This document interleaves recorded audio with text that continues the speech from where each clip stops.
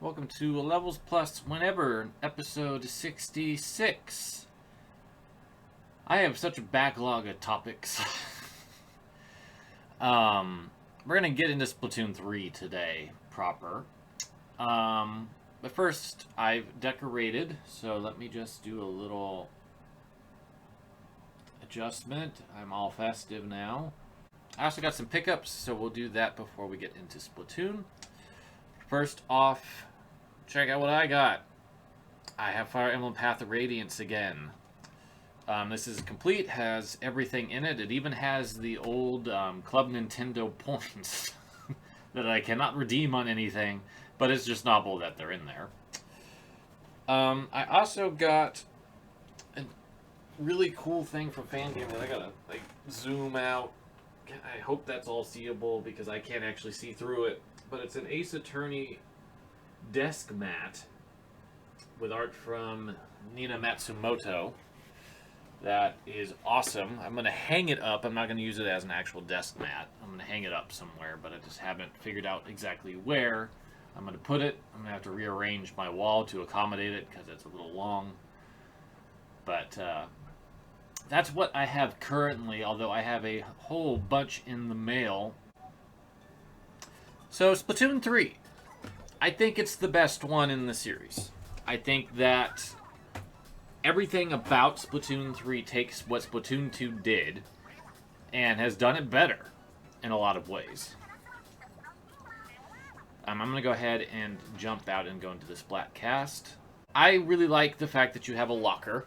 I'll show you mine here in a minute, but I just want to just kind of explain how it works in case you're not familiar with how Splatoon operates.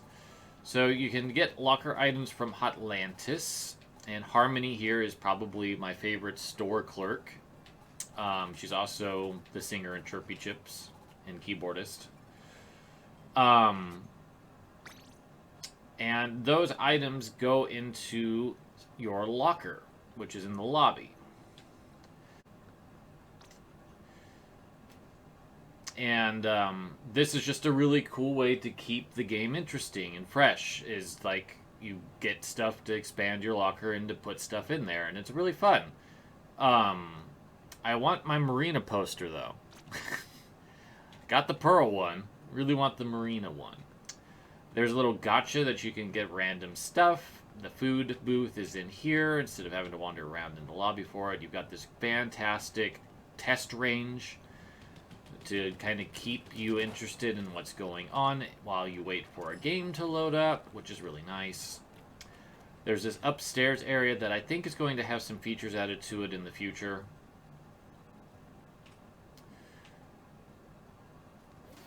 Oop. And then back over here, there's merch. Merch has a few new features, which I think is great. Being able to customize gear is easier than it's ever been. Over here is Table Turf. I've not actually done anything with Table Turf yet. I'm just not that interested in card stuff. But that's a whole new mode that I think is pretty cool. If you want to get into that, let's jump into the solo campaign for just a hot moment. Spoilers. Skip now. I'll put a timestamp because I've beaten this, so if you haven't and you're interested, this will definitely spoil things.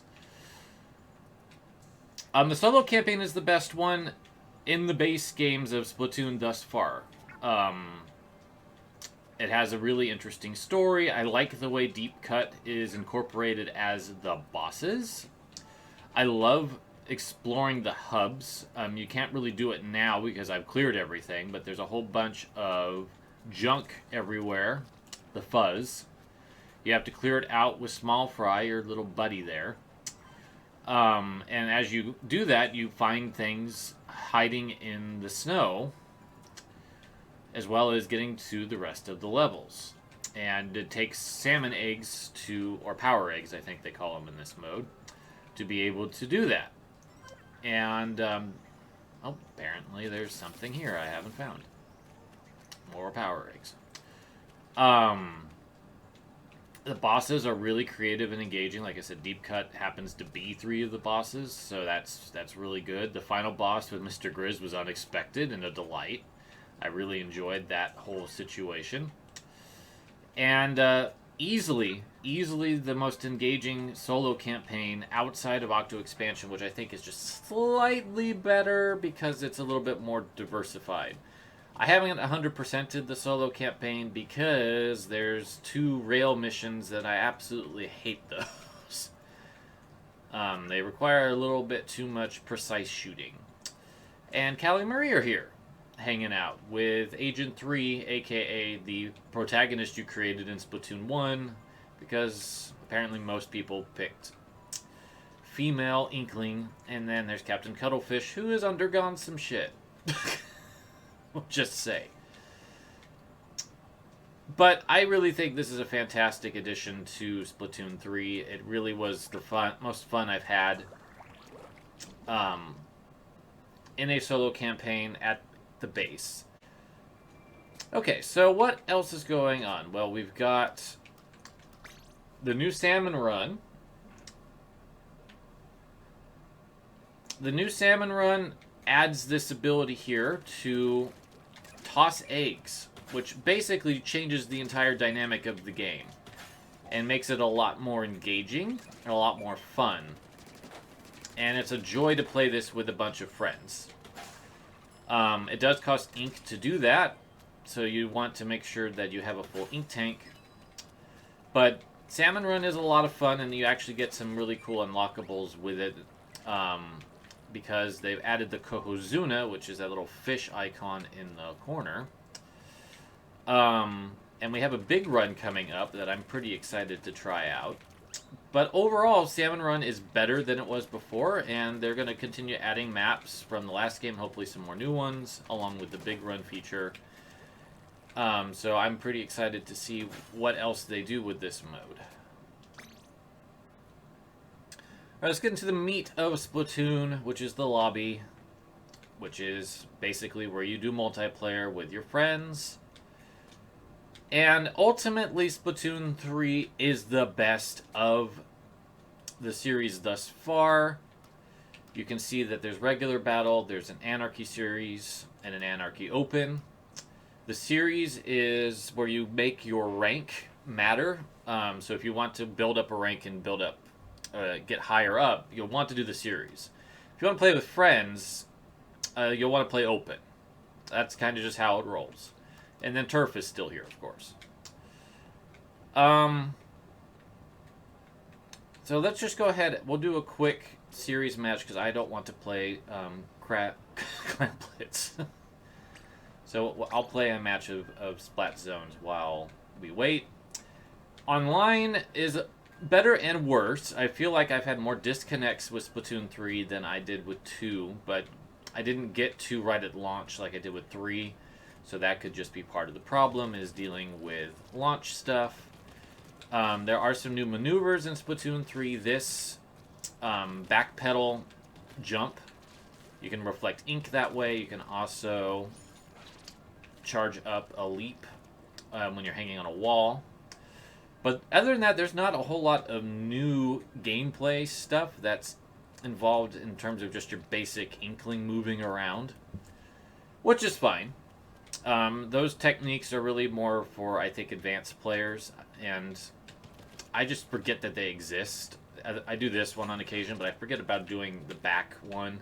While it does have some defensive benefits, I just don't think about it that often, but I need to try to remember that moving forward. There was not a brand new mode added to Ranked yet, and not sure if there's going to be. But they have refined all 4 of these to some extent. Ultimately, Splat Zones is probably the least changed. It's still, you gotta cover your ground. Cover this zone. Hold it. And try to win. Looks like I've got a Splatling I gotta deal with. There are a couple new weapon types. There is the Splatana, And the stringer, I want to say, is what they call the bow.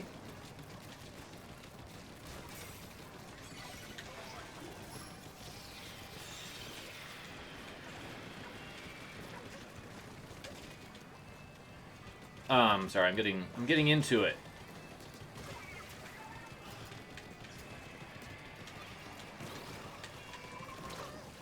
They dropped a bomb on me. There's a couple new bomb types. There's lots of new specials, as well as some throwbacks to Splatoon 1 and 2. But like I said, Zones is probably the least changed. Tower has probably not changed a whole lot either. Rainmaker's changed the most, as you now have checkpoints that you have to deal with.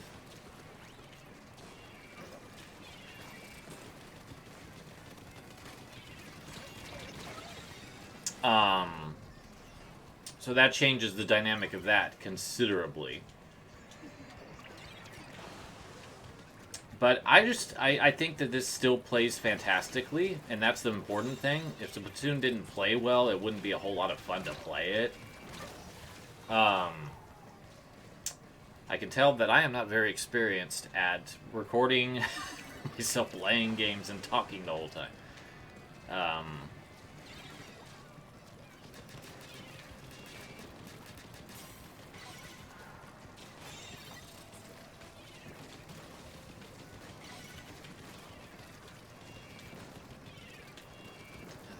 That splat one just keeps getting in the way.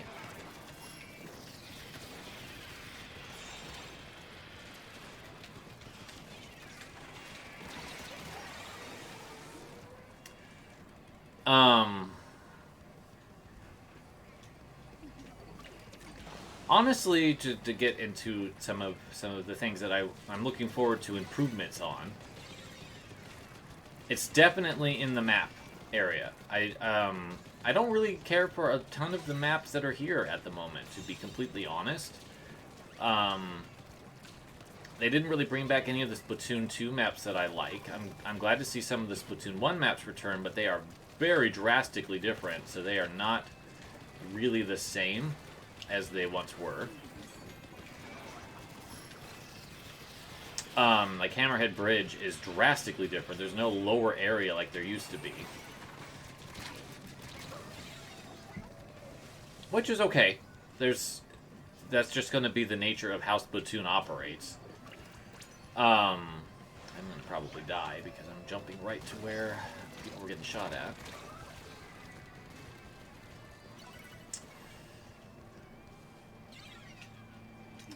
But just generally speaking, that's the weakest point of the game, is that there's only 12 maps currently in Splatoon 3. And they're definitely feeling like the limit has been reached. And we're getting 2 new maps in a couple days. Flounder Heights is coming back from Splatoon 1, and we are also getting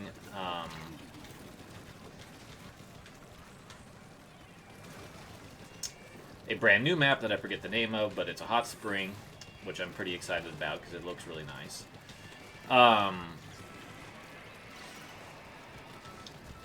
But yeah, that's definitely the area that I'm feeling the most limitations within Splatoon at the moment.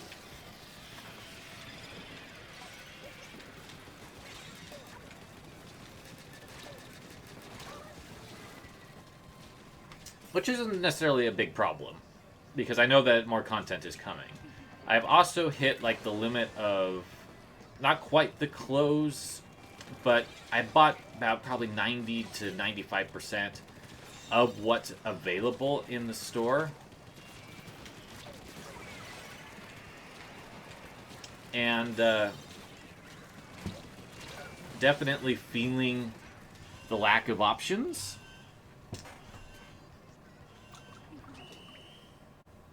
Yeah, I did win that one, which is fine.